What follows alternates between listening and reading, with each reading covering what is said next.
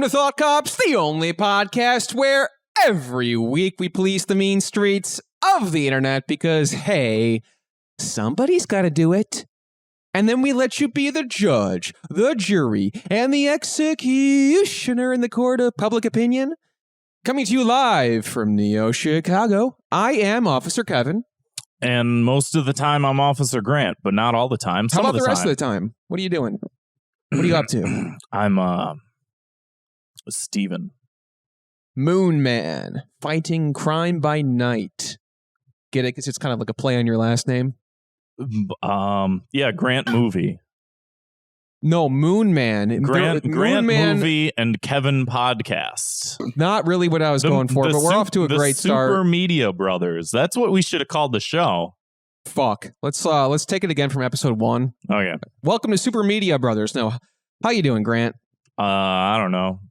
Sarcastic, You are annoying, not giving me a lot to work with right now. Sarcastic, annoying, irritating, a complete blight on humanity. The whole damn package. Well, you know what?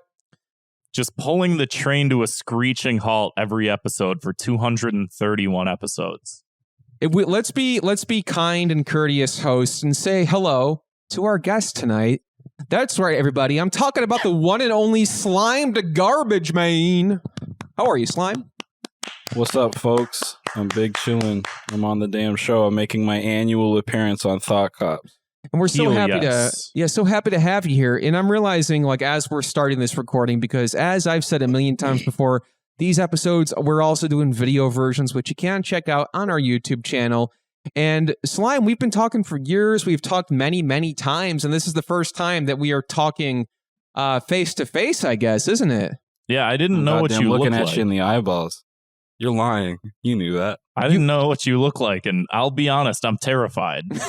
Okay, can we stop for a second here? Can we stop the recording? Don't fucking lie on television. You're on radio. Look at me. I'm looking at you in the eyes. Don't fucking lie about them.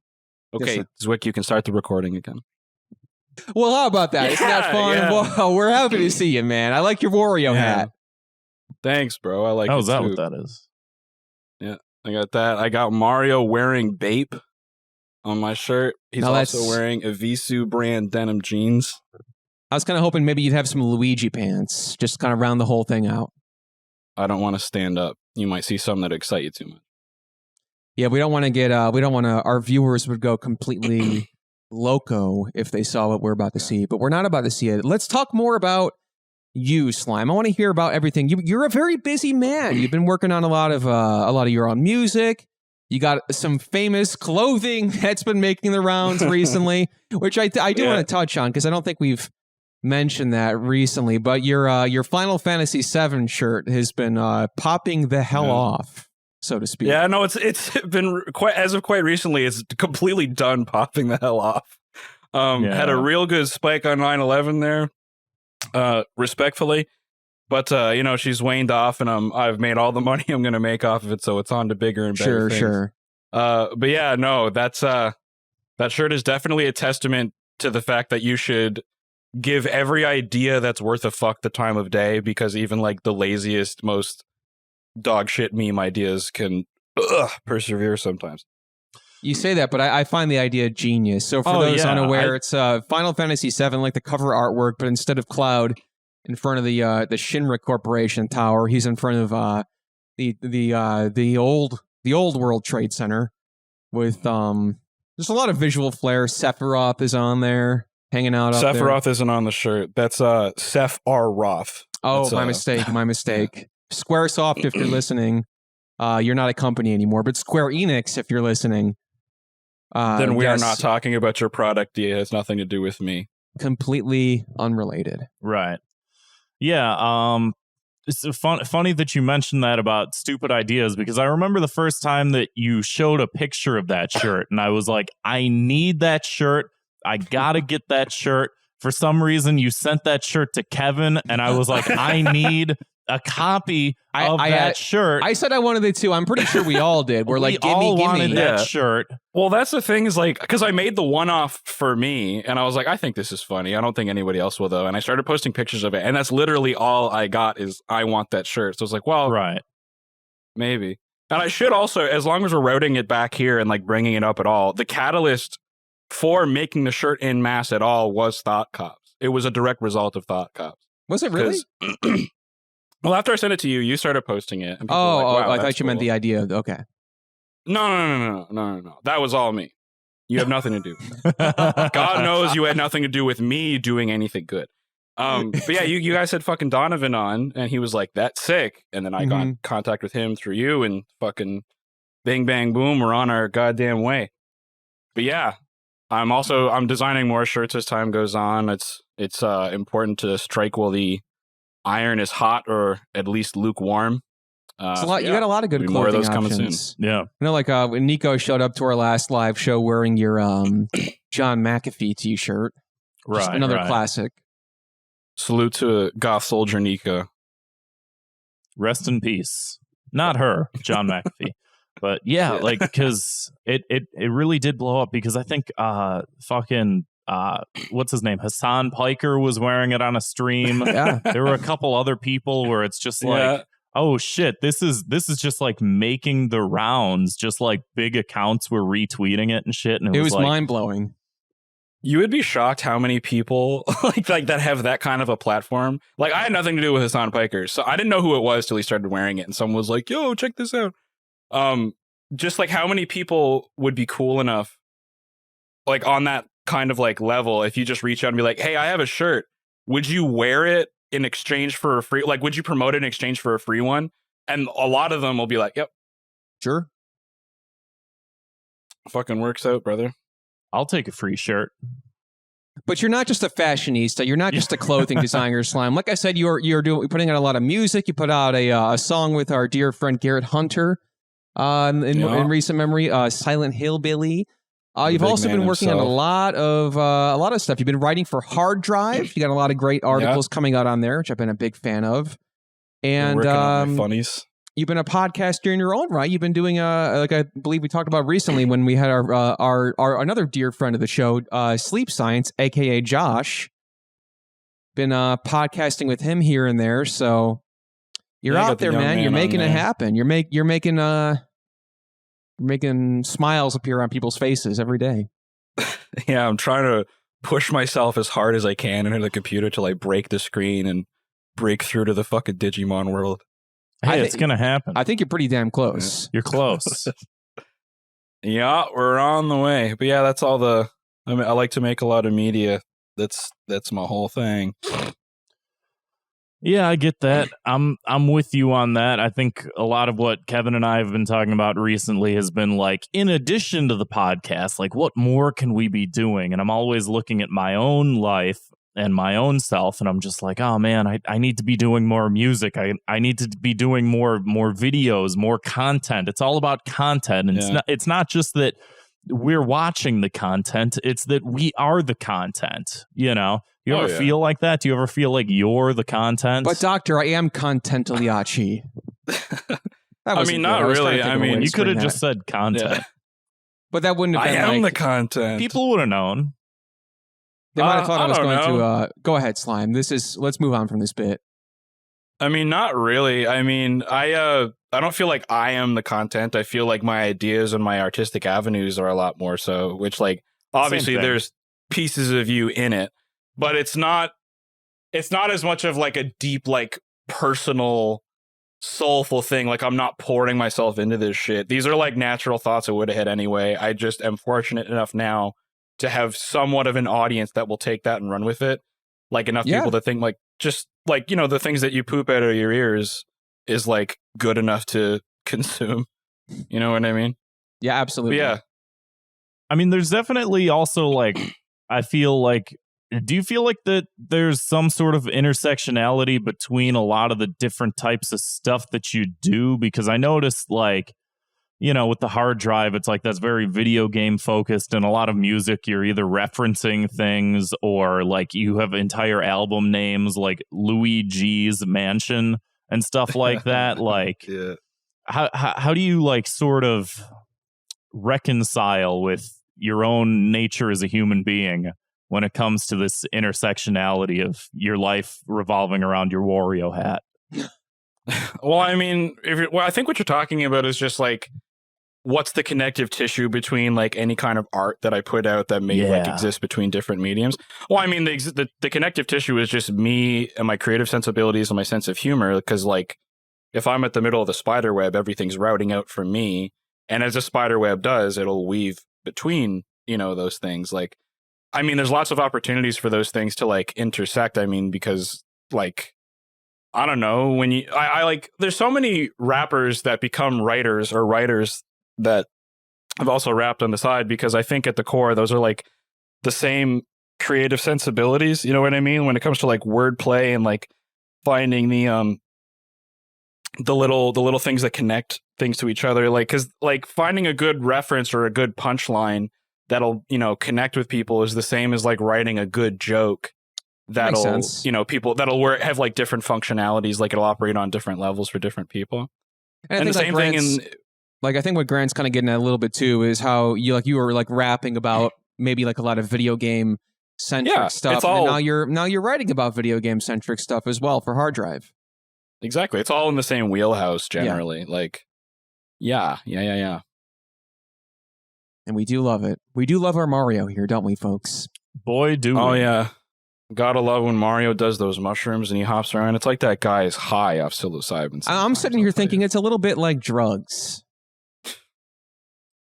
What can you if you sit and think about it for a second, it's a little bit like he's doing drugs. We've talked a lot about me. What are the boys up to? What have the fucking lads been at? What's going on in the Thought Cops realm? Have you been thinking about Cops?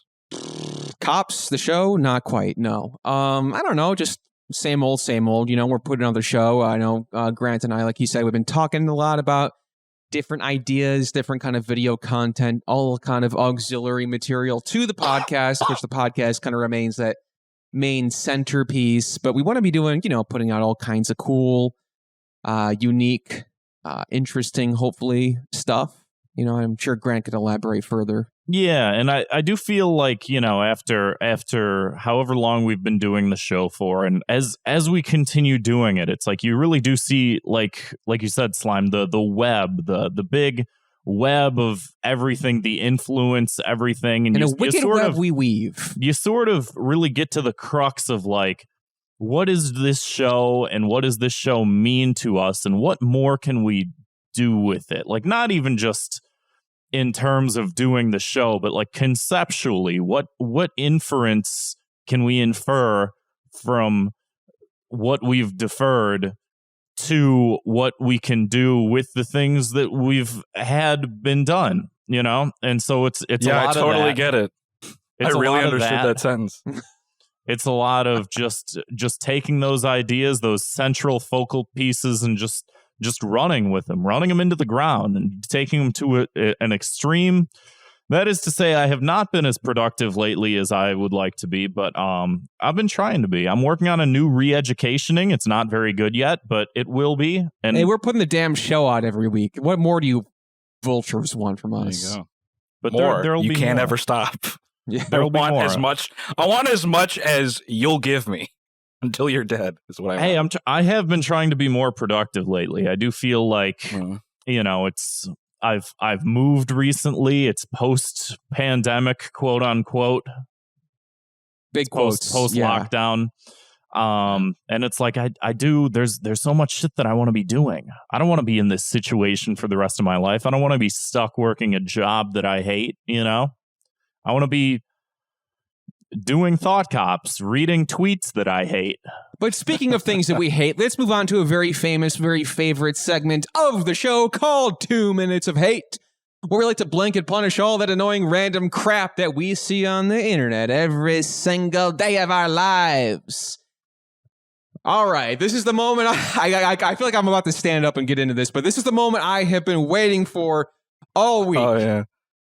Kevin, I understand you've taken up a problem with a certain breed of wildlife. Which I want a certain breed of wildlife to go extinct. No, Kevin comes out as speciesist. I have been learning a lot about NFTs in the past week. The catalyst for wanting to learn about NFTs was feeling like I was going fucking crazy when I saw that a JPEG of a cartoon lion baby when someone bought this fucking thing for $298,000.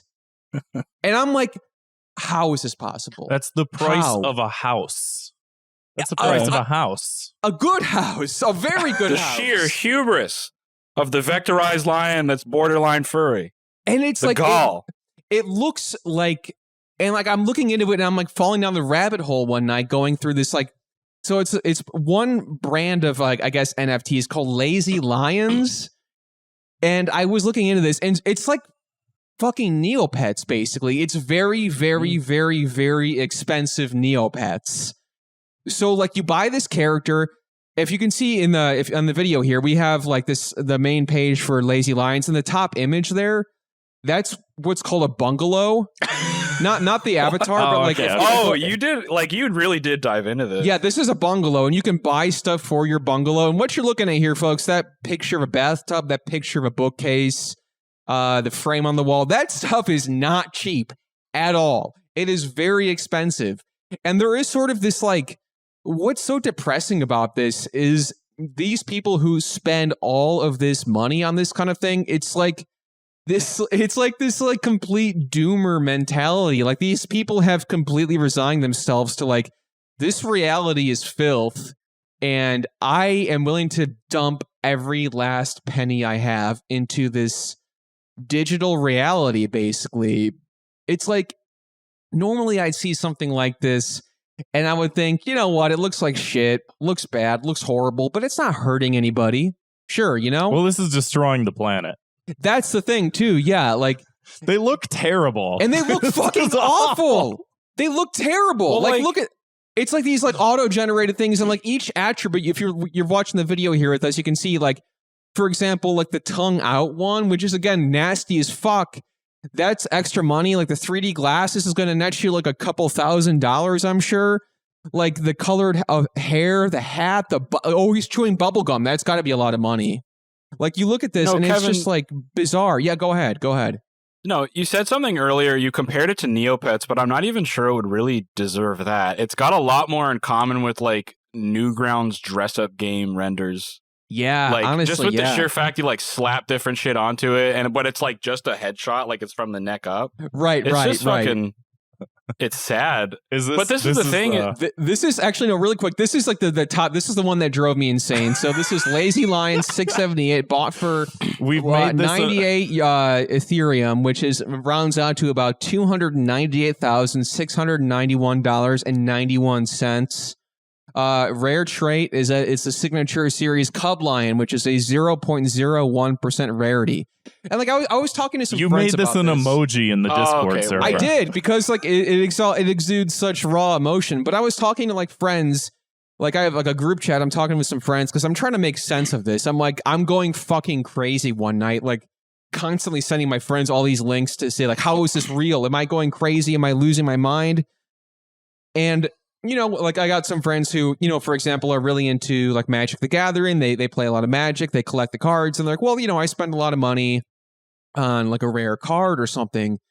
But the thing about that is, these, you know, that game means something to them. It's a game they play. Maybe it's, you know, a strategic. Yeah, move. I mean, and maybe they like the artwork on the card or whatever. There's they hang out with their friends. They go to conventions. But this, I mean, they may have a genuine appreciation of it, but beyond that, the reason that they're paying such like insane costs for those cards is because of people that don't care about it. And I say that that's exactly the kind of person that is responsible for making like Lazy Lion such a big deal. Because as you're talking about it, something I'm realizing, Kevin, as the in-house expert, you could tell me if I'm incorrect here, but sure. It sounds like they're being used as tokens, like they're being used as trading pieces. And I will get to that. I will get to that because how I kind of see this is because I did a bit of reading up on this and I got some friends who know a little bit more about this than I do, and they kind of, you know, send me some articles and stuff like that. So it's like collecting, for example, a piece of art or like a concert ticket, something like that, where it's like on this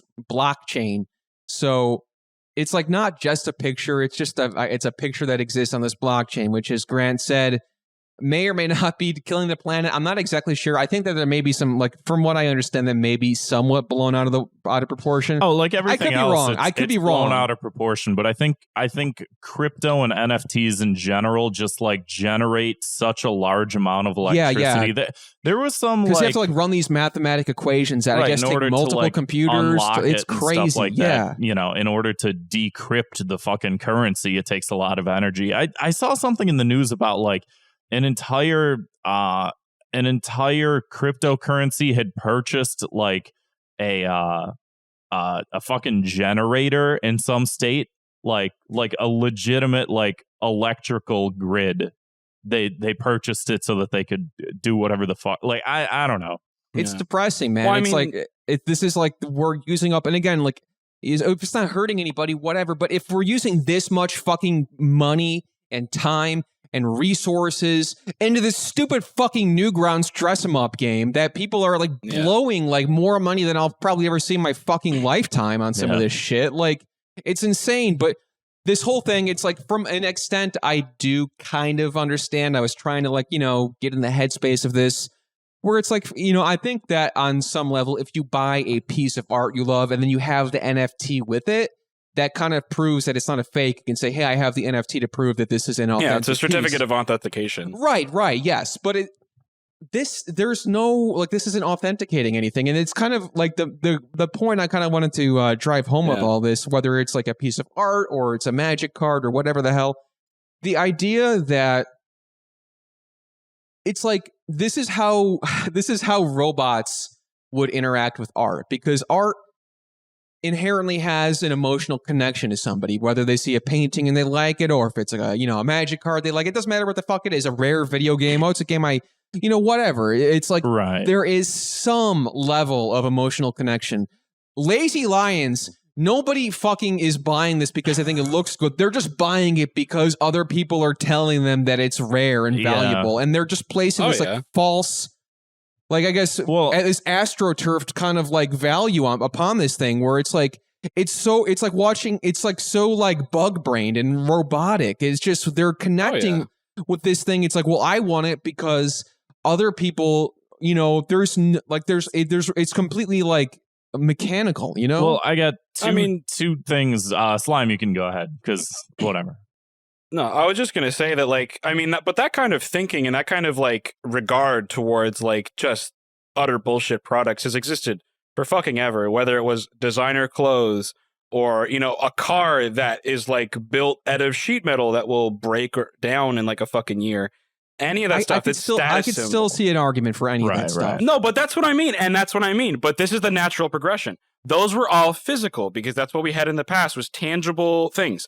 People back then, and not for the most part now, they're still pretty fucking frivolous, whether or not you can, like, have them, you know, hold a regard for them in your hands. But I mean, this is just the way things are heading as, you know, we become more and more plugged in. I'd hate to sound like I'm coming off as like, oh, like, you know, end times are coming, the damn computer is evil. That's exactly what this fucking feels like, though. That's what I see. That's exactly what it is. Stupid It's fucking dystopian. lions. It's like people are trying to force, like, this weird Matrix Ready Player One style existence on you, and it's working in large part, which is really sad. Like, I see a lot of artists and peers that I know and respect talking about, I'm thinking about dropping an NFT. And I even had one friend reach out to me at a point early on and be like, we should connect on an NFT. And it's just, I want no part in that. Whatever that happens, I want to be dead by the time it's like commonplace. You know what I mean? It's just, that is not for me. That is a scary idea to me. Totally. And, like, to some extent, it's like, I do understand it on a level where it's like, you know what, like, people buy, like, you know, digital games, you know, or digital, like, you know, DLC packs for existing games. They're putting money down for something that isn't tangible. But, like, what about, and it's like, fine, even if it's like a little game people play, they want to put up, you know, I bought a little guide for $5. Okay, sure, whatever the fuck. But, like, you're spending like $10,000 for a stupid fucking hat. But that's the thing, it's apples and oranges, dude. Like, it ain't the same. Like, that's the thing. Like, astronomical. Astro-fucking-nomical. Yeah, astroturfonomical, if you're fucking asking me, brother. But yeah, but that's what I mean, like, microtransactions and things in games, like, yes, like, digital media things exist. That's fine. I'm totally fine with digital media. I have like a whole wall full of fucking movies that I'm looking at here behind the screen of DVDs and whatever else. But I'll still torrent things. I still like having a digital library. Who doesn't? But this is the thing, is that the things on the wall cost me money, and I have a reverence for them. I can hold them, I can touch them, I can enjoy them. I can look at them and be reminded of it because I know it's real. I don't have the same reverence for my digital library. If I have movies on the shelf here that I don't like, I'm not going to throw them out. I have tons. I went through and cleared out my Plex library the other day of like 50 movies I saw and didn't like. Why? Because it isn't real. Because I don't have a reverence for it. It doesn't need to take up space.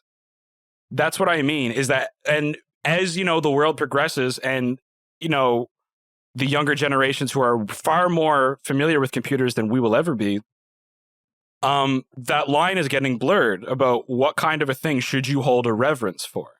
You know what I mean? Like what is owed and what deserves that kind of value and regard. And it's just like time is going forward like a fucking bullet, and I'm way behind the firing line. You know what I mean? Yeah, no, I mean, I think we're in the same boat, man. It's like, again, like, it's not even just like, haha, this is so stupid looking. It's like the implication that this is like, one day we will be so fucking out of touch. And that day is probably a hell of a lot sooner than any of us think. And I see these stupid fucking cartoon lions, and I think to myself, I will be an irrelevant pile of dust in a matter of fucking days.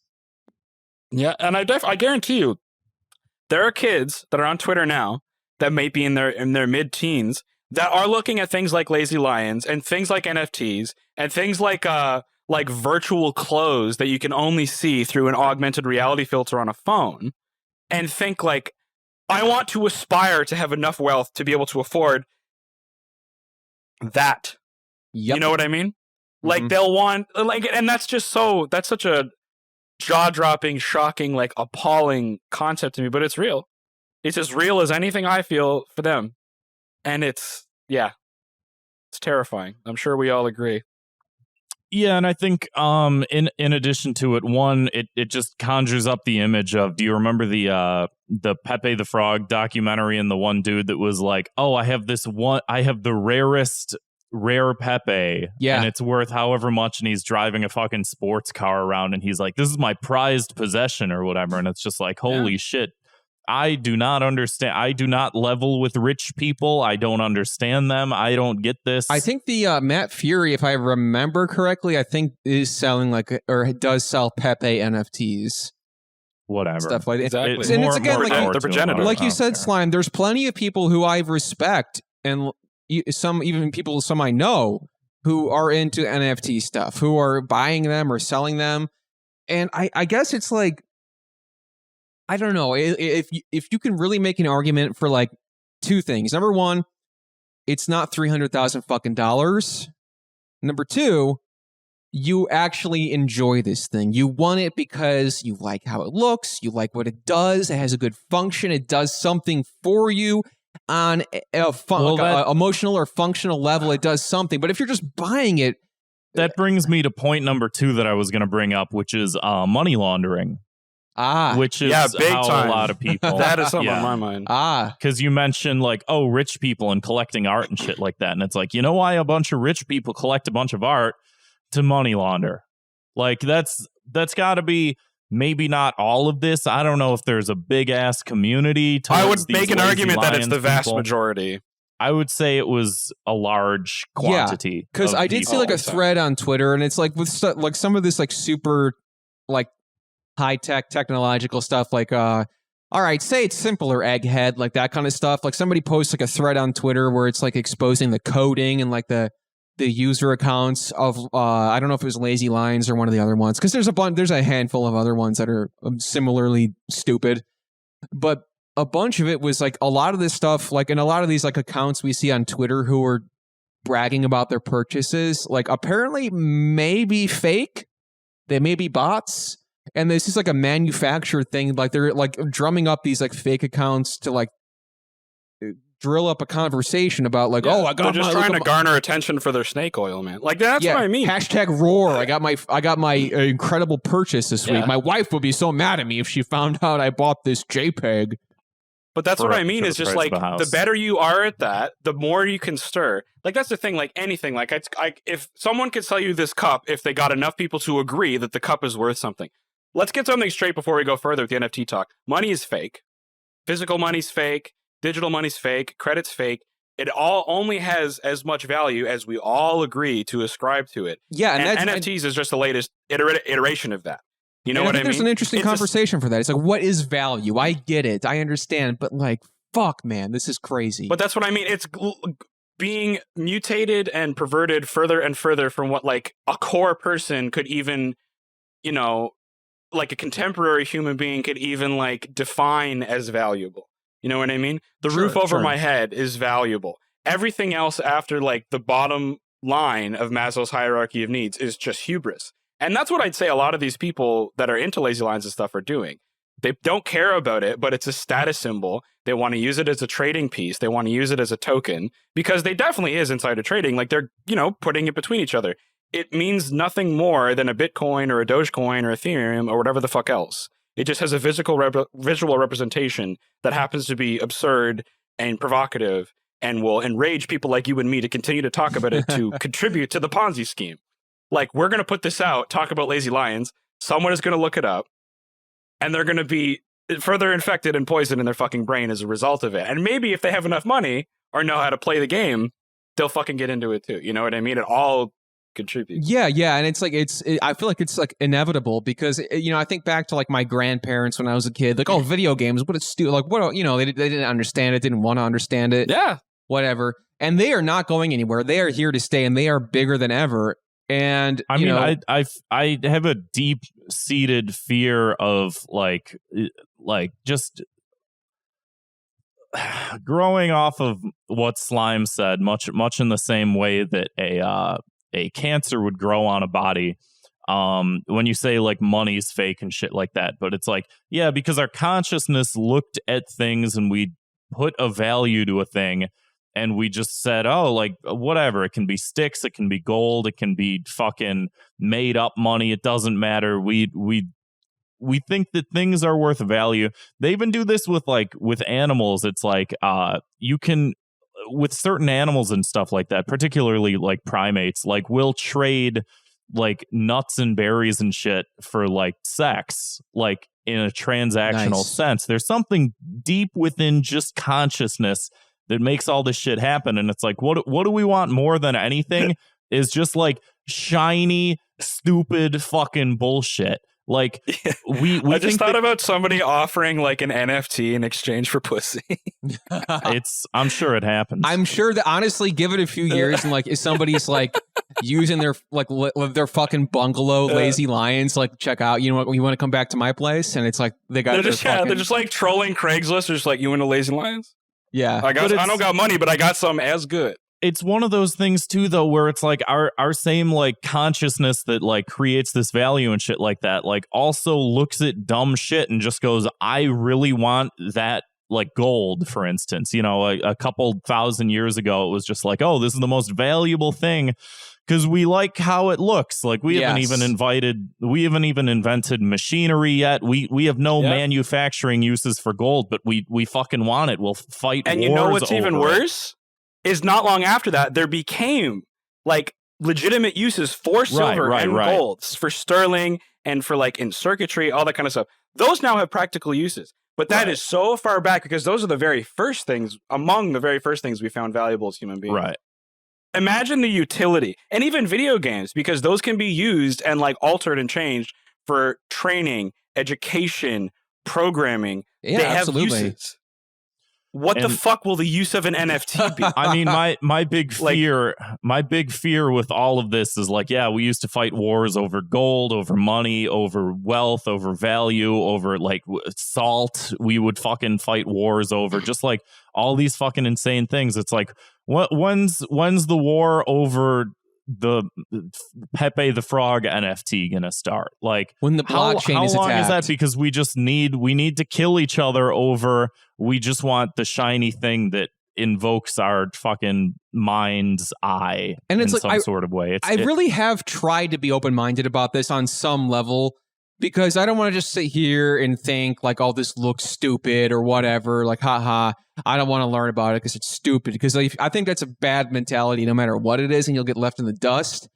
At least if you're going to make the case against it, you have to try to understand what it is. Yeah, exactly. Yeah, and I'm not claiming to be I'm not claiming time. to be a fucking expert or anything at this point, but I definitely learned a bit more this week. Like I know some people who, you know, some even kind of work in or tangentially to like the NFT market and crypto and stuff like that.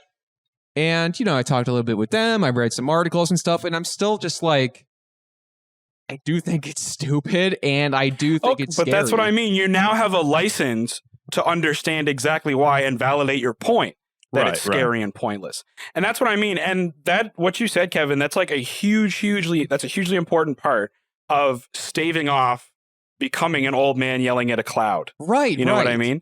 Is that just as long as you are open to understanding things that like the younger generations are doing, you don't have to like it. No one's obligating you to like it, but you have to understand why it's marketable, why it's working, and like what about the zeitgeist right now is making it work.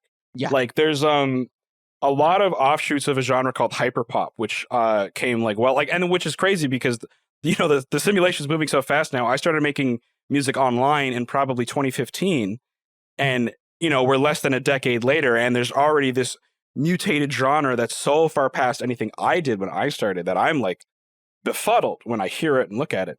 And I have conversations with friends that's like, bro, this fucking hyperpop shit is terrible, it's gross, it's whatever, like I don't get it, it's so lame. And it's like, well, you're also the same age as me and we made music at the same time. You have to understand why it's good, why people like, you don't have to start doing it, you don't have to sell out, you don't have to get on TikTok and put on mascara and do backflips, but like you have to get on a fundamental level why that's working and like how that's evolving, you know what I mean? Yeah. So do you have a punishment? Yes, I do. Now this is also going to be kind of combined with our Thought Cops word of the week. We'll get this out of the way soon. You know, some of these people they have a slur for people like me. You know what? You could call me this name, and I don't care. You know what? Say whatever hateful shit you want to my face. Get ready. Hover over the beep button. Hover over that censor bar. No, I'm owning it. I am a right-click saver. That's right. You can say it to my face. You can say it about me online. I am a right-click saver, and I'm not ashamed of it. That means brave. That's reclamation, brother. I go to your page, I find your picture of a lion, I right-click, I save as, I put it on my computer, and it's mine. Yeah, I stole it, bitch. What are you going to do about You're it? fucked. Exactly. Wait, I know G-check me? Show me where I am at the blockchain? It's not on the blockchain. It's on my computer. But you know what? It doesn't stop me from... You don't know that. Drag it over to the recycle bin. You don't know, yeah. You just threw away $300,000. How does it feel? The funny thing is, it really does bother these people. Like, some people like do say, like, this is the equivalent of stealing somebody's Lamborghini.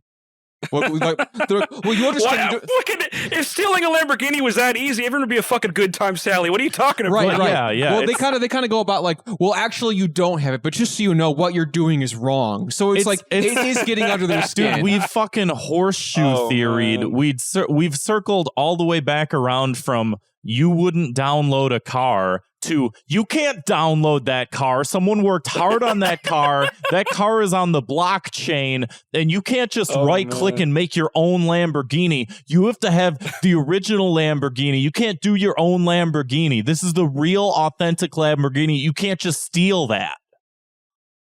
Yeah, motherfucker, it's on the blockchain. The blockchain of one. Me. On my damn computer. That's a blockchain. It's just got one block. But speaking of you, Slime, I've taken up enough of this episode talking about NFTs. But like I said, I've been at the ready all week. I've been ready. I've been waiting. So Slime, if you could go off on your 2 minutes of fame, my man, what's bugging you?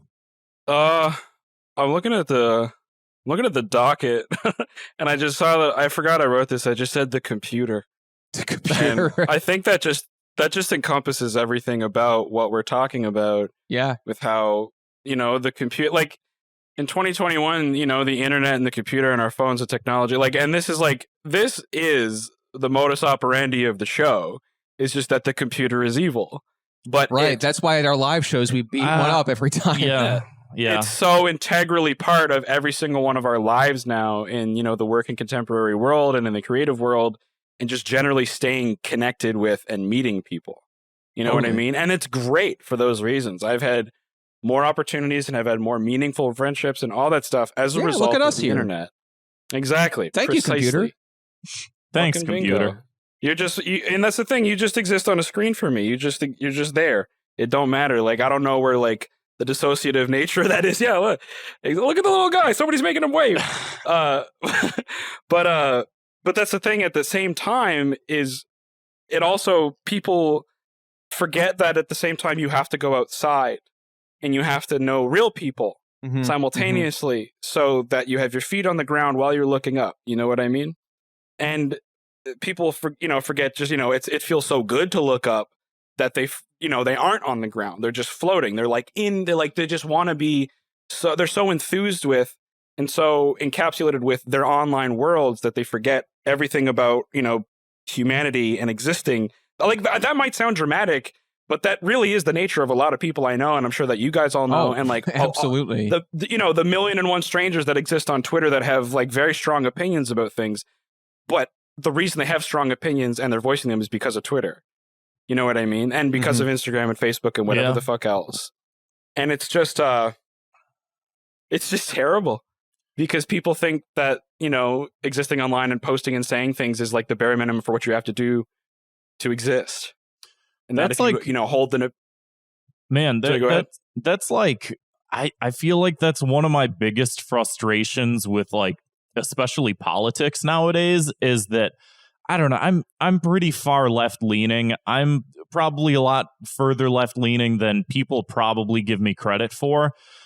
And I sit there and I read Twitter threads about people arguing about communism and anarchism and like just crazy bullshit, and it just feels so insular, and like you get this group of people that you all agree with, or you're like splitting hairs on like, well, we should actually be communist first and anarchist second, or really we need to abolish the system and then we do what, and it's just like you're talking and you're sort of word vomiting into people's mouths, and it's like, hey, start from the baseline that nobody knows what you're talking about and nobody agrees with you. Most people aren't on Twitter. Most people aren't on weird Twitter. Most people aren't on weird leftist Twitter. And they don't understand all these fucking things that you're saying. And I can sit here and I can fucking agree with you that like, yeah, we have to get rid of fucking money. But you say that to some well-meaning, nice person in your life that's not on fucking Twitter, that's not thinking about these guy things. At the auto mechanic and they're shop, just like, dude, are you fucking stupid? Yeah, I need money. I need to survive. And it's like, it's deeper than that. It's more than that. But it's very frustrating, like how people talk to each other and how people think that we should talk to each other, and just things along the lines of like, hey, if we want to get people on board with some of these ideas, if we want people to be less racist, if we want homeless people to have homes, we have to start updating our language and the way that we talk about these things, because there's a lot of people out there that completely disagree with that, and you have to meet them somewhere. You got to be able to like talk to people, But Grant, more importantly, talking too much is a huge part of the problem. It's not that's what I mean. You can bicker all day about the language and like what the core issues you should address are and how to educate people. The biggest problem with it is that people spend so much time on the talking and the educating, all that stuff. Right. They don't do anything. Right. They don't go outside. They don't volunteer their time, their efforts, their services. Yeah. They're not building shelters. They're not donating money. They're not doing anything constructive, because the bare minimum, and in some cases, the maximum, has become for a lot of people to just say it enough times.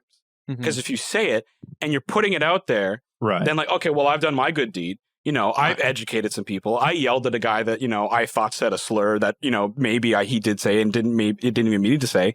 All that kind of stuff. That that's their good deed. That's what their energy being put into the sphere. It's fucking maddening.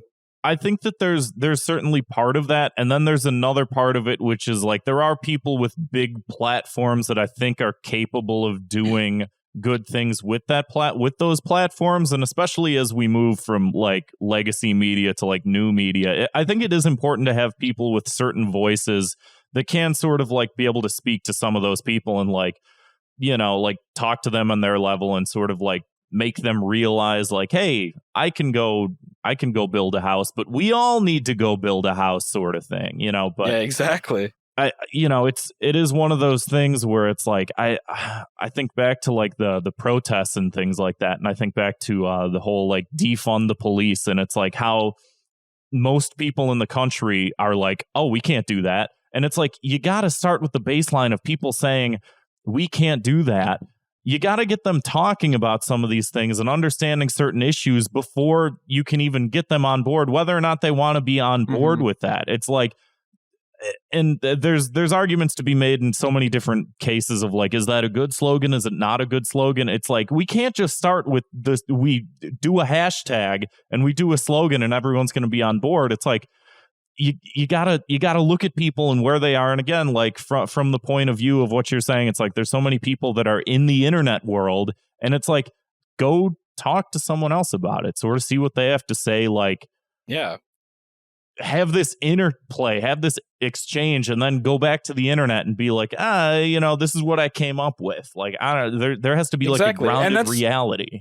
That's a huge thing people forget and lose in the mishigas of all that thing, is that they forget that, like, I don't know, maybe this is more of a personal bias, but like party politics will fail you eventually every single time. If you're going to be aligned with a certain way of thinking, you're going to leave out segments and pieces that you may find valuable from every other methodology and ideology. And so just aligning yourself saying, I'm a hardcore leftist, I'm a liberationist, I'm this, that, and the other thing. You're painting yourself into a hole, because that will eventually betray you. If you're a Nazi, open your mind. You might find out that somebody else, you may agree on one or two things. Exactly. Yeah, you might not see some things coming. That's all we're trying to say. Fucking bingo. Anyway, we're all on the same page here. If people listening at home, I'm sure they are. If they're not, fuck off. Turn off the podcast. Kill yourself. Who cares? Right. Yeah, that's all I got to say on the fucking matter at hand. So the computer, Slime, if you could just go ahead and give her the old boot, the old good punishment. Turn it off. Turn it off. Just turn it off. Not even a like a start menu shutdown. Just a hold that button down. Boop. It's off. Press the button. Pull the fucking plug off the wall. That's plug. Always satisfying. As my father would say, it's time to unplug. Wise words. Yeah. Well, Tom York from Radiohead once said, I'm not afraid of the computers taking over. I can just hit them with a 2x4. That's a good point. That is a very good point. Yeah, Tom York was a very smart man. My 2 minutes of hate this week. I had a different one, but whatever. Fuck it. My 2 minutes of hate this week, I'm just going to build off what Slime was saying, is the inevitability of evolution. Because no matter what we do, we can't go back to monkey. We can't go back to monkey. We can't get rid of tools. We can't get rid of technology. It's just there. We know how to do it. If we had to recreate it, we would probably recreate it. The chat says you're wrong. They can go back to monkey. You can't do it. You can't unlearn language. Language and thought and consciousness and complexity of thought, it will always be there. You can go run into a jungle, but you still understand how levers work. You understand how to make tools. We can't undo technology. It's part of us. It's who we are. And it's the same thing with the computer. So it's not just that the computer is bad. It's the computer's inevitable. And what sort of scares me more is that all the things that we're talking about, it's only going to get worse. It's going to get to the point where like we might just shed our corporeal bodies and be only internet beings. And of course, like scary stuff. Of course, there always has to be some physiological basis to what we are and who we are and what we're doing. But it does feel like the more we get ingrained into this shit, the more it just like it's a symbiote. It's Venom and Eddie Brock, and we're just they're together. They're separate, but they're the same. But and as we go forward, we're going to get into Venom 2, which is even crazier. Woody Harrelson's going to be there. He's going to get into the computer. Let there be carnage. All the mess. And there's that level where it's just like, yeah, I don't know. Like you look at,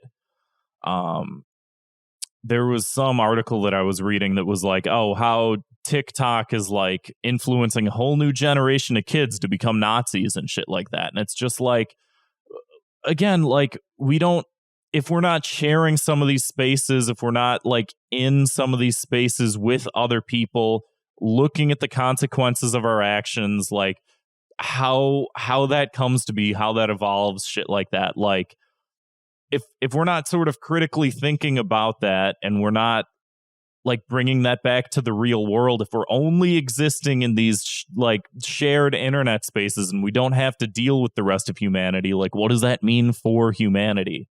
That we're now these technological cyborgs that are just permanently plugged into the system, whether or not we're wearing Google glasses or not, It means it sucks and that the bombs need to drop.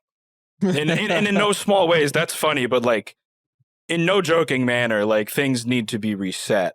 You know what I mean? Because like maybe that's just me being skittish about the future and the potential of what you're talking about, of like, the merging of this sci-fi idea of us existing corporeally, or like outside of a corporeal form. But it's just, it just feels unnatural. I mean, we've always been flesh we're and bone we're and meat animals, man. Yeah, but for millions and millions of years. Yeah, and that's what I mean. We are and we're not. And like human beings have been around for like at least, I don't know, 100,000 years. And we've always been using technology. And like we're animals in the sense that we're biological, but it's like technology's always existed so long as humanity has existed. And it's like we can't just get rid of the computer, because as soon as we get rid of the computer, if we blew up all the plans for how to make a computer, someone would just invent another computer. No, like it's, I know, it's but inevitable. This is what But what I'm saying is that the computer could be the result of its own, could result in its own demise, is what I'm saying. Is that, like what we're talking about, like we used to fight over gold and silver, and, when are the wars over NFTs going to start? Eventually, and like this is another scary thing, if we're talking about an evolutionary standpoint, is that there's so many huge swaths of time and history that are unaccounted for. Like there's so much time that's gone by that, like, things have happened that we have no idea about.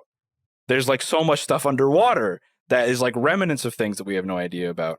And that's, kind of what scares me a lot, is that we know more about, what's above us than below us. And we know more about what our potential future is than our past, for the most part. You know what I mean? Mm-hmm. And it's just kind of telling to me that, humanity is inevitably going to, no matter how far we progress and advance and integrate with technology and become symbiotic with it, we are always destined to hit a wall of some kind and to reset something and to, just cyclically repeat it. At least that's my theory as, a fucking white guy in his 20s that spends all of his time on the computer. You know what I mean? I don't know. I see that in a way, but in another way, it's just like the wheel of evolution never stops. Evolution won't stop. We might have to go back and get into it again, and maybe there's a different form of the computer. But I agree with you. Evolution doesn't care about our deaths, our holocausts, our advances, our road stops. Evolution doesn't care. Yeah, I mean, it's like either we go back or we go forward, and maybe the future just is this point where it's like we do have this weird convergence with the technology itself. You know what I mean? Like, yeah, I that could be like the next step forward. It's like we don't really understand what the future is. The future is a very sort of obscure idea. It doesn't exist. The future doesn't exist. The past exists. What's your the punishment? The present exists. The future, I don't know about the future. What's your punishment though for your 2 minutes of hate? Turn off the computer. Turn off the computer.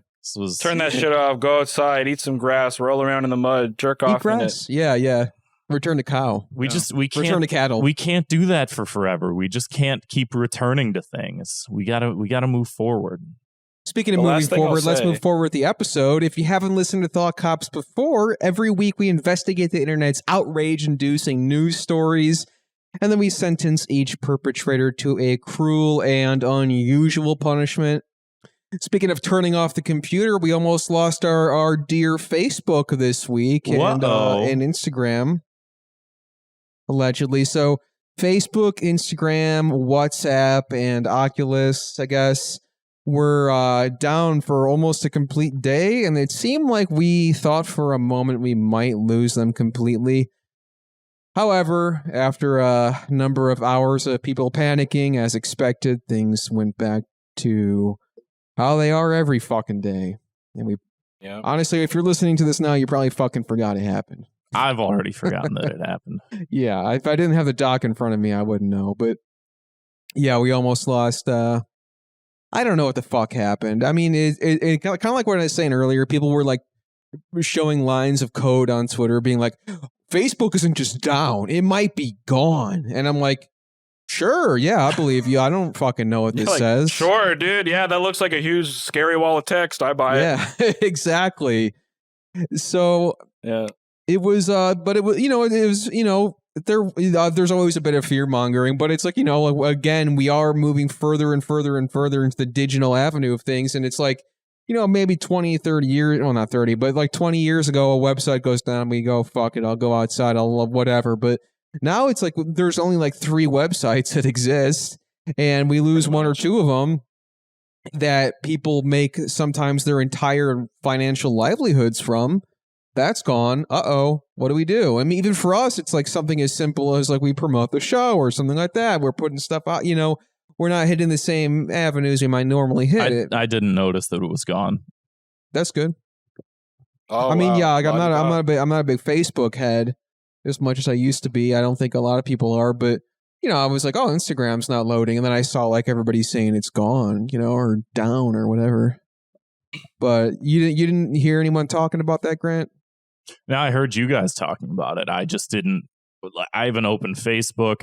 I haven't been active on Instagram lately, so like I wasn't checking it. Well, there was a lot of fear mongering too, because people were like, oh, like people were kind of saying like, oh, Twitter is starting to go too. My replies aren't loading, and it's like, well, it works for me, but maybe they're coming for me next. Like, and then people were saying like, oh, that's the Discord. thing is that like pretty regularly people's like, I don't know, like personal connections aren't working. Like at any given time, I guarantee you someone's having a problem with Twitter. And because of like the circumstance, they're definitely like would be losing their fucking marbles about it. And so that was the thing. Like it was like a slippery slope, like because like it all started to kind of go down one by one. So then it was like the people were freaking out. Like, is this just, are we about to lose everything? We're gonna have to fucking go outside and, dare I say, touch grass? Oh. I don't know. I had some conversations with people during those harrowing few hours. Yeah. Some of which happened in our very own Discord. But by the way, really quick, you can go ahead and we got a link to the Discord in every single episode description. So if the next time one of the major websites go down, come hang out with us. We'll be there for you. We'll talk to you. We'll talk you off the ledge. Yeah. But sorry, Slime, go ahead. I had to get that in there once an episode. It's all good. No, I was just going to say that for those few hours, I was pretty concerned. Because this is the thing is that something I heard a lot of my friends saying was that like, oh, Facebook and Instagram might be down and gone. Good. Fuck them. Waste of time. And I agree completely. Like, yeah, it would be awesome if that, like, if, God just reached down and took our toy away and, let us cry until we tired ourselves out. Yeah, that would be great. Like, if we just, like, cried and cried till we took ourselves out, realized we weren't getting it back, so we just moved on. But what scared me a lot more is the implications of, like, not it just being gone, but that someone that you don't know or a huge group of people you don't know getting their hands on all the information contained within that. Right. Like I was like full fucking bunker mode for a little bit. I don't know about you guys, but I was like calling my family members that don't know like how the internet works. I mean, like, hey, you should change your bank passwords just in case. Because like I did all that with mine. I reinstalled my VPN and all that shit. And the just the sheer fact that is I would much rather be a panicked freak for a few hours and, not need to be than to have my thumb up my ass and have someone else come along and jam the rest of my hand up it. The thing about it, though, is, we're having way too many close calls recently. Like, I'll touch on it a little bit here, but all the data breach with Twitch just like 2 days after this happened, and like everybody's financial information is out there like for sale on the dark web and stuff, and it's all, you can see how much all these different people make from like streaming and all that stuff. And then a mere like I said, couple days after this, we lost a third of the internet for like a good chunk of time. It's like, this is, and here we are putting so much faith in lazy lines and NFT when we can't even get this shit to work. That's what's kind of interesting to me, is it's like all this shit is going down so easily and is exposed so readily. It's kind of like, you guys want to trust this like whole blockchain thing yet? Or maybe we could wait a little while, if at all. Yeah, and there's an aspect to that too that's like, with the interconnectivity of all these different websites, how they function together. It's just like different pieces of a big puzzle. It's like, like what Slime said, like, oh, fucking change your bank account information, like change your passwords, because like Facebook isn't just, oh, you go on there and you post anti-vax memes with your great aunt or whatever the fuck. But like, it's like, oh, they have whatever, like if you ever bought anything from anywhere, if you've ever done any, like they have so much even fucking beyond information. That, yeah. The imagination just runs, because like if Zuckerberg has to speak in front of Congress about the implications of his platform and the information that's being bought and sold legitimately as a result of it, not to sound on a soapbox, but that's legitimately scary. They happen. Implications of that power. Yeah, because I don't even trust Zuckerberg, but he is at least like a business professional guy. You know what I mean? Like, he's evil in the most professional, suit and tie form. I don't want to see evil that's like some fucking naked neckbeard gremlin in a basement that's like clawing at a Tor browser for my information. And it's like, the thing about it too was, I guess, the night before this all happened, there was somebody who went on 60 Minutes who was like a whistleblower for Facebook. Yeah, I had no idea. And they were saying like, they were like talking about how they prioritize advertising over the misinformation. And like, like Grant said, that's a big part of like why people were like, good riddance to Facebook, because it's caused so much fucking misinformation to go around with the pandemic and all this fucking QAnon bullshit. So many of these websites, and it is one of those like the old media adage of if it bleeds, it leads. It's like they do prioritize, I mean, much to the detriment of like our own level of American democracy. What the fuck is happening outside? It's something that nobody will be able to hear. I know, but it's fucking taking me out of it. I want to be in it. It's plug Neo me back Chirac, in, Neo. baby. It's another day here in Neo Chirac. I don't remember. Computer. Talking about how motherfucking Facebook scared the hell out of you. Yeah, it's all Zwick in the chat for once poses an interesting question. He says, you would prefer lawful evil over chaotic evil? What? No, that's not a good question.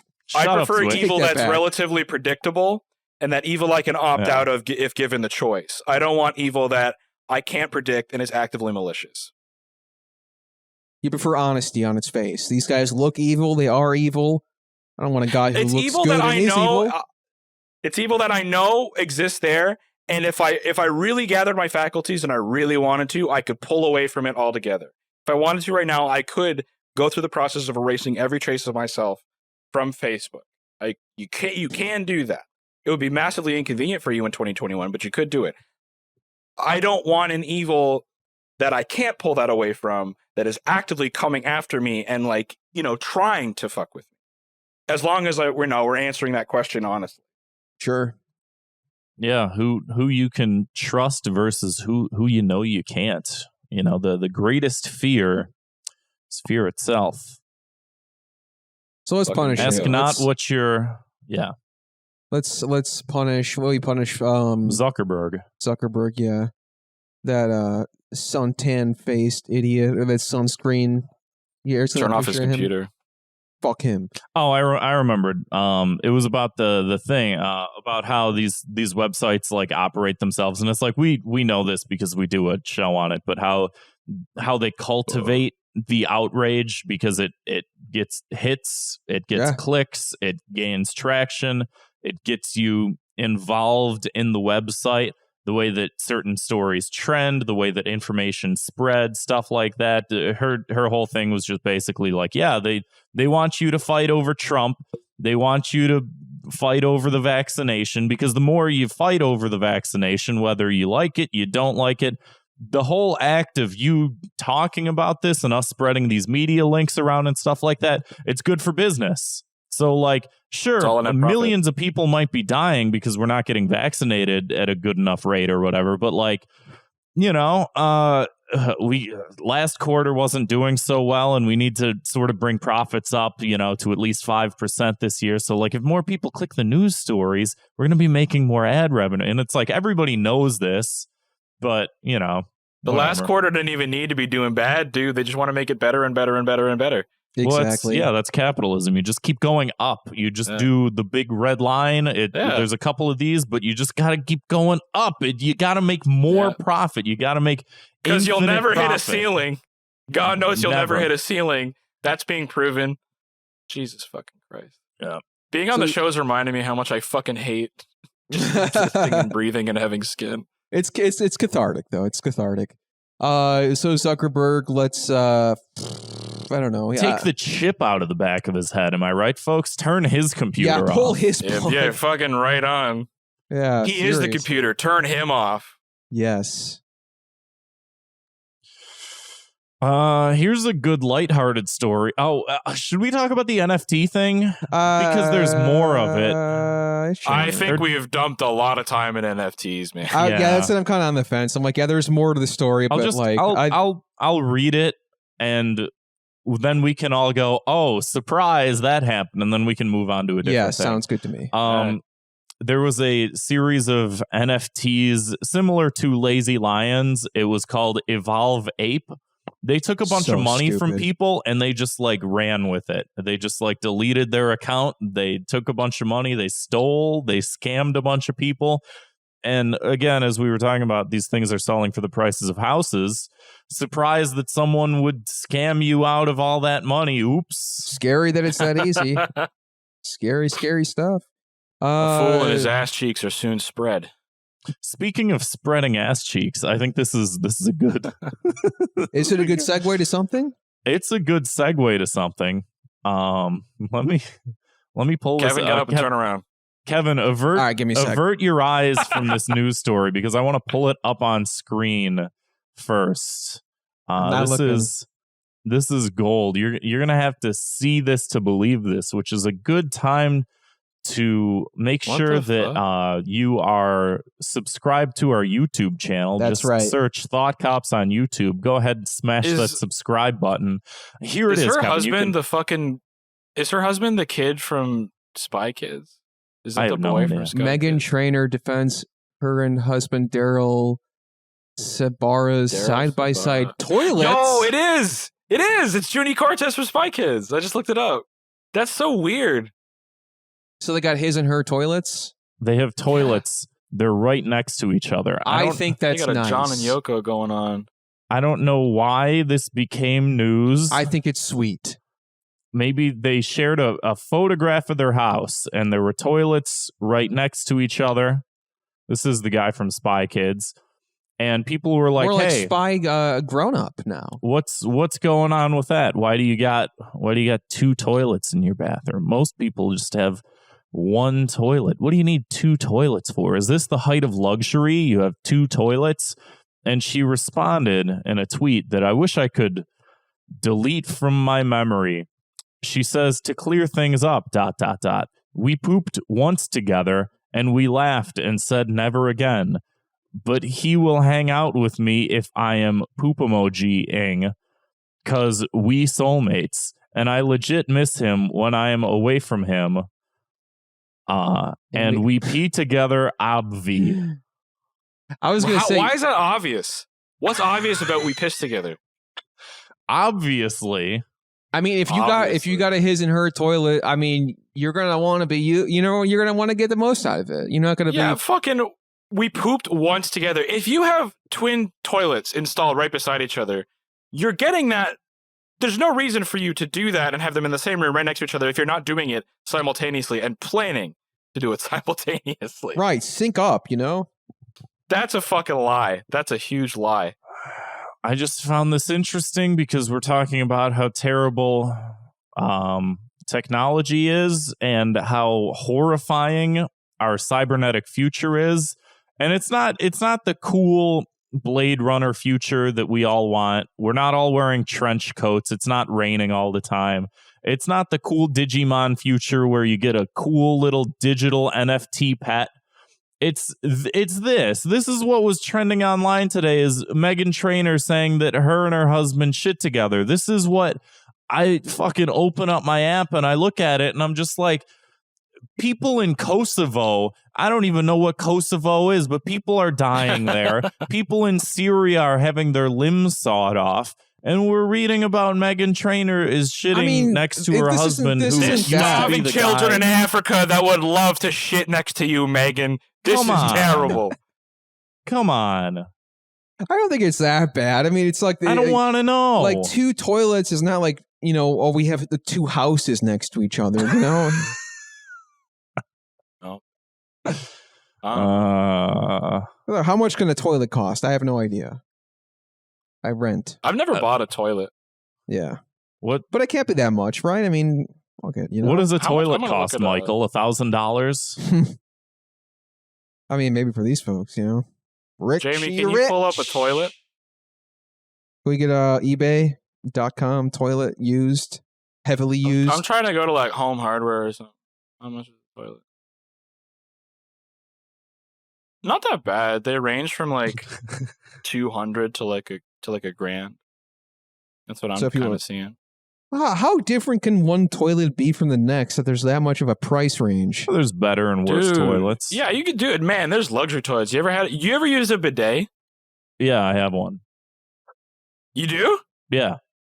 Oh, that fucking rules. Yeah, no, Kevin, you were in Japan. You definitely. I was gonna say I mean, they were too confusing for me, not even just because like the language, but like there was like 17 buttons on the side of this thing. And I'm like, how the hell do I get my poo-poo to go away? That's all I want to know. Dude, fucking press all of them at once. Just elf it. Take your hand and press down. Don't do that. You might die. Imagine the fucking shit that would shoot up in my ass. And that's scary stuff. You'd have a great time. If you're going to die at all, what a way to go. What a story that is, man. Yeah. Died on toilet. Anyway. What's their punishment? What are we doing to Megan and Junie Cortez? Yeah, what's I don't know. Here, I have a good punishment, and this is almost a 2 minutes of hate in and of itself. But you know those people that have those really nice toilets, and like you have the toilet lid, and when you want to close it, you just like pull on it, and then it sort of starts falling, but it slowly closes itself. You know what I'm talking about? Richie Rich over here. Slime, do you know what I'm talking about?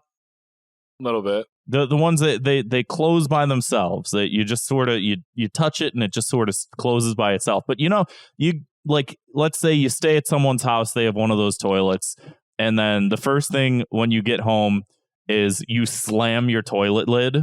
Yeah. Because you're used to using one. I know what you mean. It's like it's like one of those doors where you press the handicap thing and Right, exactly. And you get home and you're just like, you're not even thinking and you just slam it and it makes the loudest noise ever. That happens to them for the rest of their lives. I got another punishment too. No, mine was better, but you can go. You don't know yet. You don't know.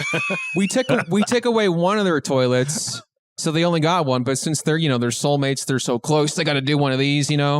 Like spread legs one over the other, so like they can still shit together, but in the same toilet. This is awesome. I love that there's a visual medium to this now. This is great. We get we can see the act. We get it. If I can, I'm gonna tack on a third punishment, and that's that they keep their toilets, but they're replaced with the shadow toilet from that image that we're all very familiar with. I'm not familiar with the shadow toilet. Toilet. I'm going to say the words anthropomorphic Shadow the Hedgehog toilet. Oh, okay. Yeah. Okay, I like that. Yeah, where he's not like, it's not a picnic for him either. God, that was like my phone background for a day, and I'm like, I can't be checking the time in public with this thing. That's like fucking man. Have you seen that picture? I'm sure I have. Actually, I think it's. I don't care to look it up. I believe. I was going to say, I think that. Oh, you don't have to. I'll show it to you. It actually is the icon for one of our group chats. Oh, okay. Yeah. Do you see part of it? Yeah. Yeah. Yeah, he's so much more familiar with it than he thought he was. Yeah. Oh, I see that totally every day. I look at it every day. I like how Shadow's got that word bubble where he's like, "You think I'm enjoying this?" And like Sonic is just like, Sonic. I feel bad for him. He can't even talk because he's just like, yeah. Drop the bombs. See how a chili dog feels the other way. You like eating chili dogs so much, don't you? Well, here's the cosmic punishment. Fuck. All right, what the fuck else are we gonna talk about? Yeah, I don't know. We got time for one more. Yeah. Let's do a coin flip. I know. I think we got to do the one that you're like that Slime's got highlighted here because it's a follow up to something we've talked about before. Yeah, I guess. Yeah. Yep. That one. I'm gonna look at it. Does this have the art in the link?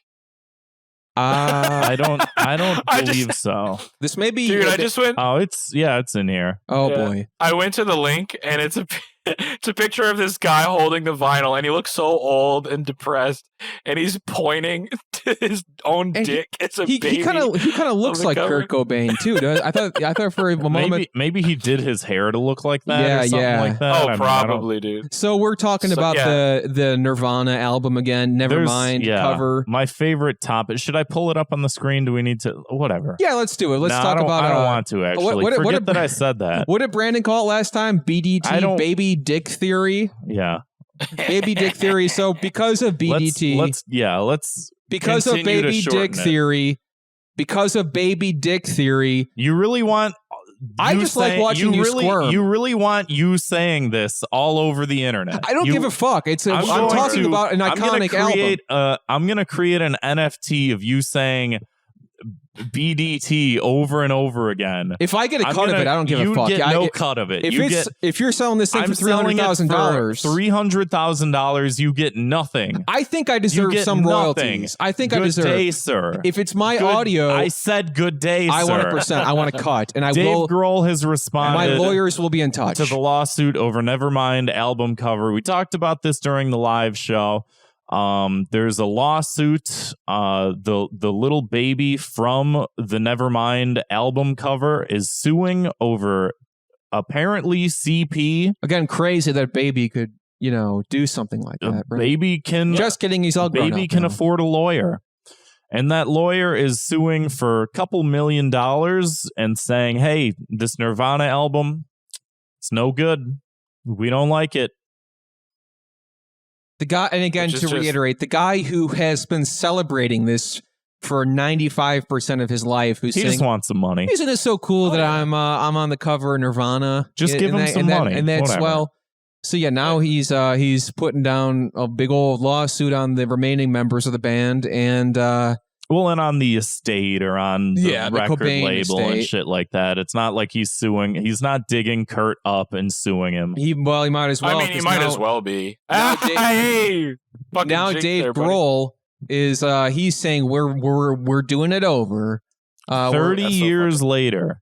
What are they? I wonder. Point. What the fuck? At this point, like, what does it matter? Like, everybody already has it. If it's in like the Library of Congress, right? Yeah, like the relevancy has been wrung dry from it. That's what I mean. Is like anyone discovering Nirvana from this point onward is still like, no matter what like the official distributed streaming service cover is, they're still going to know and see that image. There's no way you're scrubbing it.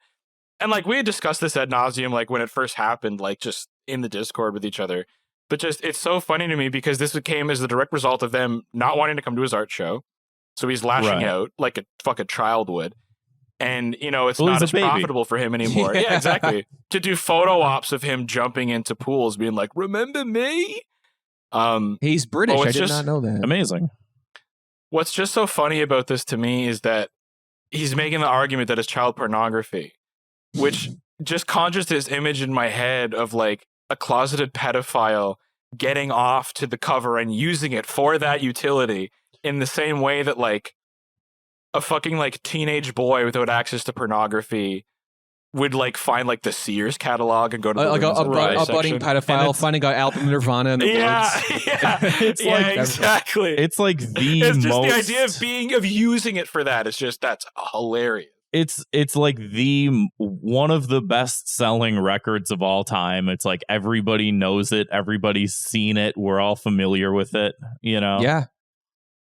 I mean, it's like right up there with like the cover of Abbey Road. You know, everybody knows that one. Yeah, everybody knows the Nirvana it's baby. One of the most iconic albums of all time. It's just like you can't mulligan that. Like I'm sorry, and unless they sell an NFT of the new one, then everybody's going to be on the blockchain. That's all that's going to exist. There's also like, just speaking of like, media and aging and things of that nature. It's like, writing itself, we're talking about the span of humanity and the whole evolution of humanity. Writing has only been around a couple thousand years. The recorded audio format has been around a couple hundred years tops. Like, we've been recording sound to vinyl for not very long. We've been having CDs for even less time. Like, in the span of all of humanity, you can't tell me that people aren't going to forget about Nirvana in probably not all that much time. Like, there's this object permanence that we have with this existed, this occurred at this time, but people are just going to keep creating more and more albums over time. I don't think we're going to care all that much. We're going to turn to dust, and this guy is not going to exist one day. And 200 years from now, maybe some future human with their Google Glass on will be looking at this and being like, "Oh, it's kind of weird that they put child porn on the front of an album." I think that now is a little bit weird.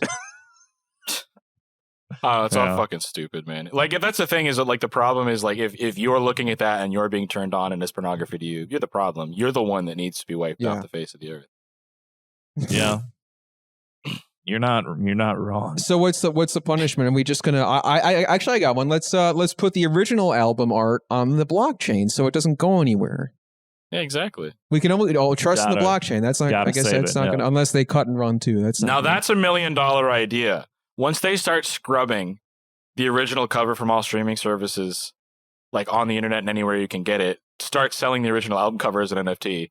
Even though you can still Google the original cover, I guarantee you that would sell. Man, you know what also sucks, and maybe this is part of blockchaining and NFTing things. Maybe this is some of the good that can come out of it, and maybe we can sort of like move from this into the key to the city segment. Is the idea that there is this like sort of impermanence of like we're seeing this with all these streaming services, which are for a lot of TV shows and media, movies, et cetera, et cetera. Some ways, the only way you can get your hand on certain shows, certain movies, stuff like that is through streaming. And the more that they're like censoring certain shows, it's just like, I get why they don't want kids to watch the Panty Raid episode of SpongeBob in fear of they might recreate it. But I'm a 30-year-old and they adult. should. And I want to watch that episode. I don't want that episode to be gone for forever just because they made a mistake. Like, I don't want the Michael Jackson episode of The Simpsons to be gone forever just because they hate it. Like, I don't want all these things. Like, I have memories of these things. They can't just not exist for forever. No, you don't. Yeah. And That's so a like massive mistake. You're having right. an NFT of the fucking some of this shit, having some level of like, oh, this still exists, like reinforces my own memory of like the fact that reality exists at all. Sure. Yeah. So to scrub that is just fucking, that's ridiculous. Like, and also what you said about the Panty Raid one, fucking kids would probably do that anyway. They don't need SpongeBob to inform them of it. Like, there's no way somebody saw SpongeBob. Like, this is the thing. I don't want to get ahead of myself here. And I'm sure that kids definitely have as a result. That's what I mean. That's what I mean. But they were probably going to do it anyway. And you know what? I would encourage a kid to do that because they're going to learn it's wrong. They're going to learn they like it, or they're going to learn they don't like it because it's part of their natural human experience anyway to explore that part of themselves, whether they're 6, 7, 8, 9, 10, 11, 12, 13, however old. It's going to happen with or without SpongeBob. Whether or not it was SpongeBob that planted the idea for them to do that. Same thing with like, are they going to remove like the episode where Patrick cross-dresses? No, absolutely not, because that's probably going to be reinforced as like, oh, that kid should be encouraged to, explore their sexuality and their gender identity, which I also agree with. But it's on the same spectrum. Like, it's about learning about yourself. You know what I mean? With SpongeBob. Learn about yourself with SpongeBob. Or without him. But let's move on to Exactly. something nice, something swell, something positive, something great. That's right, folks. I'm talking about key to the city. Well, my key to the city goes to the blockchain. The blockchain. Because we love the blockchain. It's reinforcing reality. We love it. So go ahead. I got a YouTube channel I'm going to pull up here if I could find the I'm going to pull up the let me just real quick. I got it. You can close the Chrome window, I guess, but I put it there. It's the second one. This one? Yeah. So I got this, there's this YouTube channel I discovered recently. I found it because I was listening to another podcast, Your Kickstarter Sucks, very funny show. And they highlighted this YouTube channel called Hogan's Adventures. Which I will watch a brief clip of one of the videos here. I can already tell that I hate this. Yeah, I mean it's stupid, but it's something I was like sitting around last night just laughing my fucking ass off. Like not exactly for maybe the intended reasons, but I got a kick out of this. If you want to hit play on it. This is Hogan, everybody. Here we go. Hey everybody.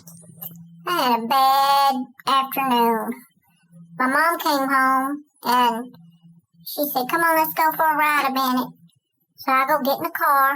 Well, where do we go? Up to Lowe's. Y'all know how I feel about Lowe's. There's nothing in there that I want. But anyway, she said I needed to go be around some people and different experiences, so I wouldn't be so for those of you just listening, this is just an image. It's a still image of a dog, but they've used some sort of like cheap facial thing to make. It's like, oh, it looks like he's talking. Isn't that funny? He's talking like a person. The buggy. That's the same thing as a cart for y'all that are not Southern. We call it a buggy. Anyway, she hooked my leash to the buggy, and so this is about 3 minutes for a minute, and I'd say that's more than enough. Yeah, you got to get the point. This is Hogan's Adventures. Voicemails that are long. Do you guys remember when you talked about I think you should leave on Fire Bros? Yes. Yeah. Yes. This I feel like Kevin made that and brought it to the funny video meeting conference to be like, oh, who has one? Do you have one? And Kevin's yeah, like, I got one. Yeah. Bozo dubbed over. Bozo dubbed over. Who knew about this one? Yeah. No, Bad Trip to Lowe's. Have you ever seen that? Bad Trip to Lowe's? You seen that? Guilty as charged. I'm Hogan. Slime, what's your key to the city, though? What's something nice you got for us? My key to the city is something that I heard about today, discovered today. I haven't investigated it, but boy, I fucking plan on it. I was listening to a Q&A podcast with Roger Avery about a movie he made called Lucky Day. And Crispin Glover's in that movie, and somebody asked him about his directorial stylings, like he's made a few movies on his own, some art pieces, and they asked him oh, what do you look for in a director? Like, have you had any struggles with your cast? And what comes out of his mouth is, well, on my first movie, I didn't really know what to do because most of this cast had Down syndrome. And I was like, what the fuck did he just say? And I brought that back and I heard it clear as a bell. Most of my cast had Down syndrome. So I looked up, I immediately fucking lightning fast went to Crispin Glover's IMDb, and he made a movie, a feature-length art film, an hour and 15 minutes, called What Is It? And the entire cast either has Down syndrome or cerebral palsy or some form of it. And some of the cast is in blackface. Earnest, honest to God, shoe polish on the face, blackface. I think 2001 or 2002. 2001. I was expecting I think we knew that was bad back then, but yeah, on many levels. If it's art, it's not exploitive to put them in blackface in front of a camera. Anyway, that's my key to the city. Just goes to the fact that exists. And I may have to check that out. The dad from Back to the Future was responsible for it as an auteur. Wow. Yeah. Anyway, Grant, can you top those two? You got one. I Big did. Kev. The blockchain. Oh, that was yours. The blockchain. Yeah. Fuck, we love the blockchain, folks. Long live the slave to blockchain.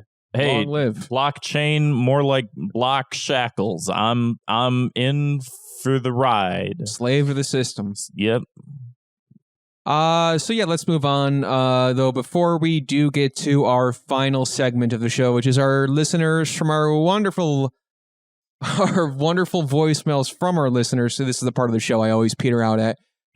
Slime, if you could go ahead and plug everything you got, your podcast, your social media, your music, your writings, everything, man. I know you're busy. Let's hear it. Motherfucking, I make music. You can find it anywhere that good music is streamed or sold or listened to or stolen even. Slime the Garbage Main. You can listen to Consumer Report, where I watch a bunch of media that I have no desire to otherwise than to talk about it with Josh and Brady. You can find my writing on hard drive. It's there. You'll find it. If you find one and you laugh at it, I wrote it. Chances are. And you can buy my T-shirts at weaponsofmassdestruction.bigcartel.com. Excellent. Cool. So we'll get to those wonderful listener voicemails. If you want to give us a call, it's 312-788-7361. Or you can always send us an audio file to thoughtcopspodcast@gmail.com. Really quick, I gotta take a piss really bad. Shall we cut back in here? Yep. Cool. All right. I guess I think I said hit it last time. So Yep. Something along those lines. So now let's pretend like I never left to go pee-pee. All right. Hey, Thought Cops, this is Arion. I have a question for Walker. Why are you so cool, dude? I love everything about you. Your hair, the cool shirts you make. How did you become so cool? Wow. And this is Arion, by the way. Love you. Bye. Well, what Walker? Who the heck is that? That's me. That's my name. My name's Walker Andrew Vincent McDonald. I was born in Little Pond, Prince Edward Island. You want my address and my SIN? I can give you that too. We'll put it in the episode description. So are you the guy from McDonald's? How do you feel about that? My birth name is Walk to McDonald's. My grandfather's name was actually Ronald McDonald. He predated the clown. We're still trying to, sue for rights. I was going to say, yeah. Anyway, to address Arion Kane of Tacoma, Washington, thank you so much for calling in and saying all those nice things about me. That definitely sounded like you. You're definitely not under the weather. That is you in all your pride and glory. God bless you, neighborhood Arion. Beautiful. Hey, it's your boy, Brandon Kirkman, calling with some questions for Slime the Garbage Main. I was thinking, if you could smoke weed with any video game character, who would it be and what would it be like? Please take this question serious. I don't want any joke answers. It really upset me if there was joke answers to this question. Anyways, Kevin and Grant can answer too. Bye. Oh, thank you. There we go. Classic. Wonder how much that toilet cost. Weed. All right, so I know Slime, you're not really you're not a smoker or toker. I mean, I don't know if Brandon knows that, but if he wants me to answer serious, as he said, with explicit instructions to not answer with a joke, I don't smoke weed. I never have, and I have no plans to. So I guess the answer is nobody. I would hang out with some video game characters while they smoked weed, and I was just on my phone. Who would they be? I would hang out with a Dark Chow while he did a dab. Oh, rig. yeah. In the Dark Chow. I feel like he'd have a lot of things to say. Yeah. Dark Magician Girl, does she count? Yeah, I think so. I feel like Dark Magician Girl could probably trick me into picking her up and taking her to a dealer. And she could trick letting me her into smoke anything, in my man. car. I'll do whatever. Just letting her smoke in my car while she's asking me about music that I've already heard before, and I'm trying to pretend I hadn't. So I want to get close to her. Yeah. And I'd say those would be my answers. Okay. For me, I got to go Mario. Of course, we mentioned him earlier. He does drugs, mushrooms to be specific. But I'm sure he smokes weed here and there. So I definitely. Mario comes off as big weed smoker. Yeah, he does. He really, just something about his, aura.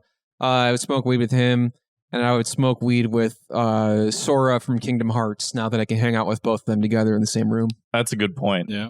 I would pick Rick Sanchez from Rick and Morty. From Fortnite. from Fortnite. I would pick. Well, that's the only thing that makes him a video game character now. Yeah.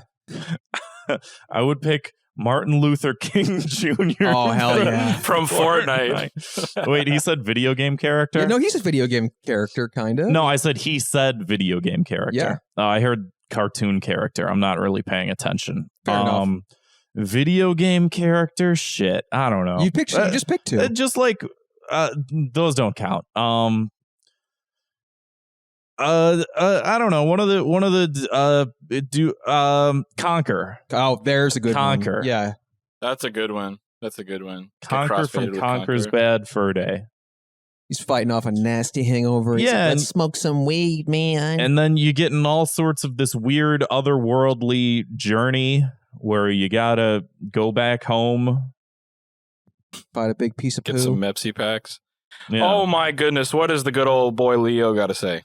Let's hear from our boy Let's see. Leo. Hello, Thought Cops. Once again, it is I, Leo, the Incredible. Deputy Leo, to be specific. And today, gentlemen, I'm calling in about one of the most egregious, the most dastardly of thought crimes one could simply put on the table and attack and take away. That, gentlemen, that one thing that should never, ever, ever be broached, be taken away, be used and weaponized is bathroom time. I'm sorry.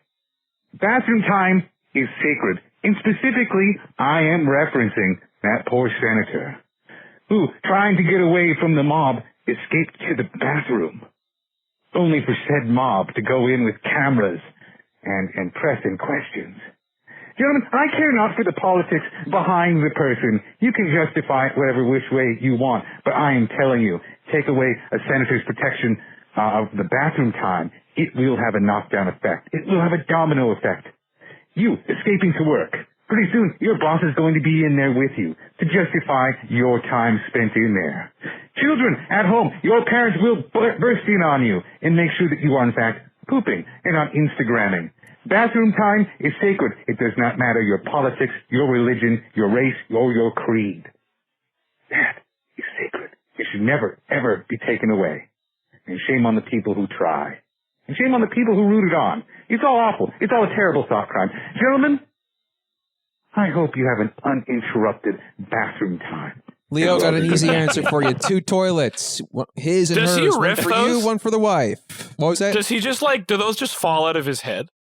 I wonder. Does I he wonder if take he does time write to them down. Yeah. compose them? I wonder if he has to do different takes. Well, he doesn't do different takes because he just makes one phone call. He doesn't send us. That's true. Yeah. He doesn't send us a file. He just leaves us a regular phone call.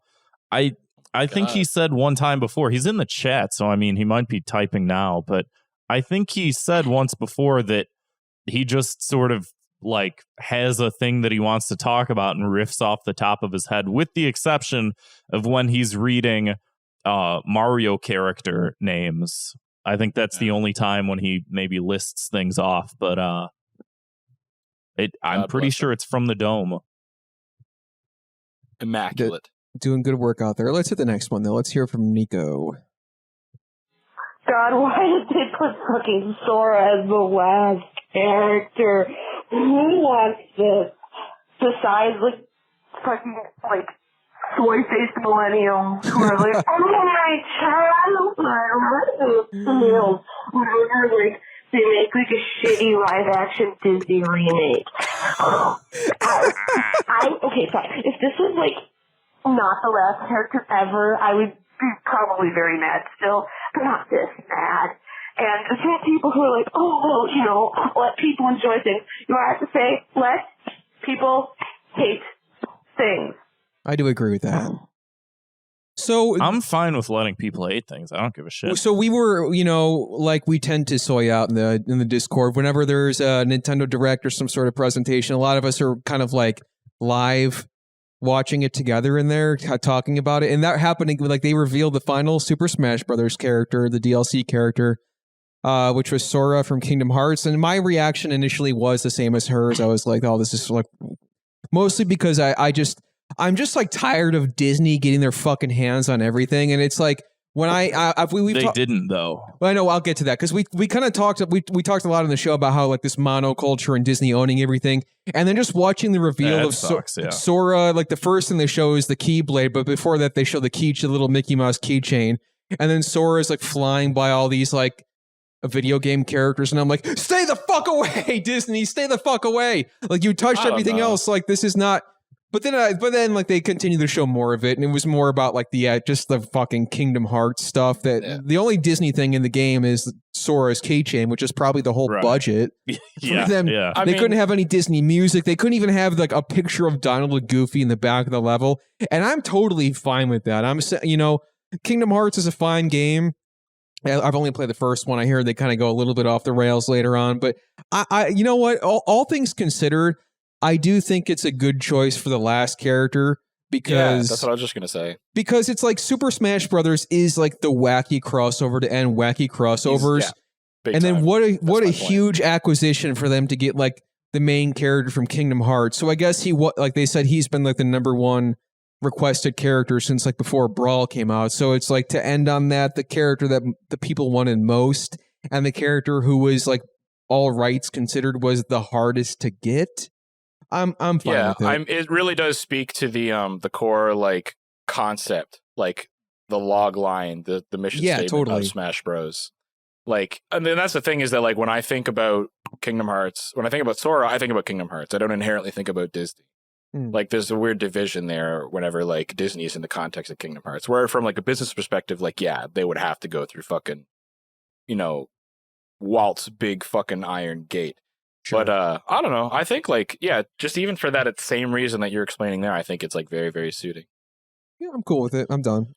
Man, I even hate the association of just like Kingdom Hearts was a sort of fun and wacky game, and I'm not talking about Kingdom Hearts 2.875, the final cut remastered, which is actually a more simple title than some of the real ones. Yeah.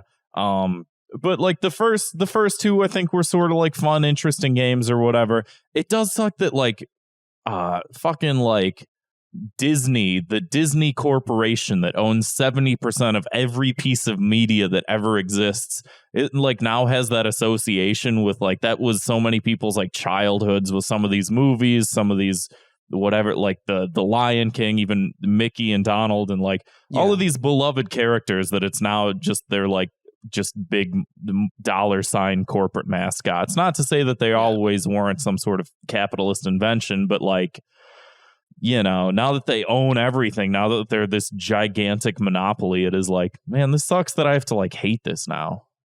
And I do think that those properties like are like I'm torn on it too, Grant, because it's like I do feel the same as you, and it's like, but I mean, like I think like Nico mentioned in the chat too recently, like that we still like Mickey Mouse and all that kind of stuff. It's just like it sucks that that's kind of what the company stands for, and they're buying up everything, like they're just consuming everything, So, but I will say, I'm just happy to see Sakurai happy at the end of it all. He seemed very pleased with himself that he pulled it off, and he's he's the one who made it all happen. So, cheers to him. Cheers to the next lad. one here. What'd you say? I just said cheers to the lad. Zwick cut that. Zwick won't even listen to us. I'm just calling. I was told this is gonna go ahead. This is the call line to call if I got too much like shit in my shoe. I found some gunk in my shoe this morning. Upholstery work should be done upon it. Yeah, we're here for you. So I'm gonna be real with you. I slid my foot in there, and I just kind of ruined my day. Don't really know what else I got going for me personally, but my shoes is what I got, Got too much gunk in my shoes, man. Not much, it sounds like. Almost ruined. I just, please help, man. Please help me out, man. Just get me back. Name's Dude Dungaree, man. Just get me back, man. Thank you. Dude Dungaree. Dude Dungaree, we will happily help you if you call into another episode and this wasn't just an isolated incident. I want to keep you around as a loyal listener, and we'll make sure that your shoes stay poo free. You call in again and you say every slur that you possibly can, and you convince Grant and Kevin to air it. I will personally mail you a pair of Bapesters. It's a high order. I'm just glad that Terrence Howard listens to Thought Cops. That's the joke. That's it. That's all I got. God bless. Was anyone else? Any more? No, that's it. We're done with the show. We don't have to do anymore. Give us a call, 312-788-7361, or you can send us an audio file to thoughtcopspodcast@gmail.com. That wraps her up. Slime, always a pleasure to have you, man. Good to talk to you. Pleasure, sir. Not the flesh, but, the next pleasure serving with you. In the NFT. Harry. If anybody wants to support the show without buying a very expensive NFT, you can listen for free. Do you believe that? It is incredible, but we do have plenty of bonus content that is behind a paywall. As much shit as we talk about digital content. The paywall isn't bad itself. But this stuff in there is good. That's the difference between us and Lazy Lions. Okay, so head on over to patreon.com/thoughtcops. Throw us a few bucks because it does help us out a lot. Means a lot to us, and you get a lot of cool extra stuff. Bonus episodes, get to hang out in the live chat, all that good stuff over at patreon.com/thoughtcops. We'll see you next time. See you, Space Cop. See ya.